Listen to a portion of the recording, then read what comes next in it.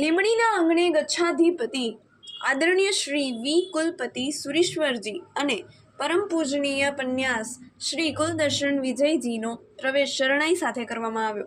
લીમડી છોટા કાશી તરીકે જાણીતું છે, ત્યારે આજે લીમડીના આંગણે જૈન સમાજ મહારાજ સાહેબની પધરામણી થઈ હતી. લીમડીમાં જૈન સમાજનું આગવું સ્થાન છે.